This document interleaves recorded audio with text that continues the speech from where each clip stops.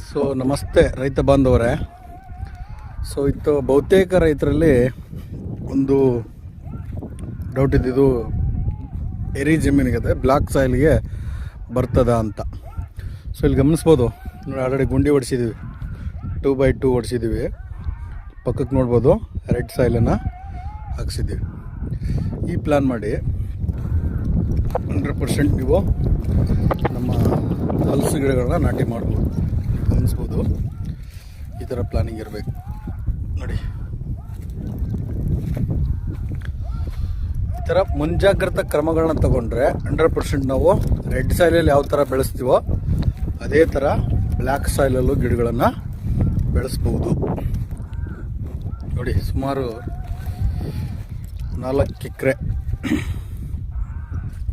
ಮತ್ತು ಇದರಿಂದ ಆಚೆ ಒಂದು 2 ಹೊಲಗಳನ್ನು ಬಿಟ್ಟು ಅಲ್ಲಿ ಒಂದು 2 ಎಕರೆ, ಒಟ್ಟು 6 ಎಕರೆ ಮಾಡ್ತಿದ್ದಾರೆ ಇವರು. ಸೊ ಇಲ್ಲಿ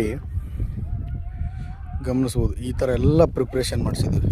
ಮೊದಲು ಬೆಟ್ಸ್ ಹಾಕ್ಸಿದ್ದೀವಿ ನೋಡಿ, ಪ್ಯೂರ್ ರೆಡ್ ಸಾಯಿಲ್ನ ಸ್ಟಾಕ್ ಮಾಡಿಸಿದ್ದೀವಿ. ನೆಕ್ಸ್ಟ್ ಇದಕ್ಕೆ ಕೊಟ್ಟಿಗೆ ಗೊಬ್ಬರನ ಮಿಕ್ಸ್ ಮಾಡಿ ಟ್ರೈಕೋಡರ್ಮ ಸುಡಮನಸ್ಸು ಮತ್ತು ಬೇವಿನ ಹಿಂಡಿಗಳನ್ನು ಟೋಟಲಿ ಇದನ್ನು ಫರ್ಟಿಲೈಡ್ ಮಾಡಿ ಪೆಟ್ಸಿಗೆ ತುಂಬಿಸಿ ನಾಟಿ ಮಾಡ್ತಕ್ಕಂಥ ಕೆಲಸವನ್ನು ಮಾಡಿದೆ.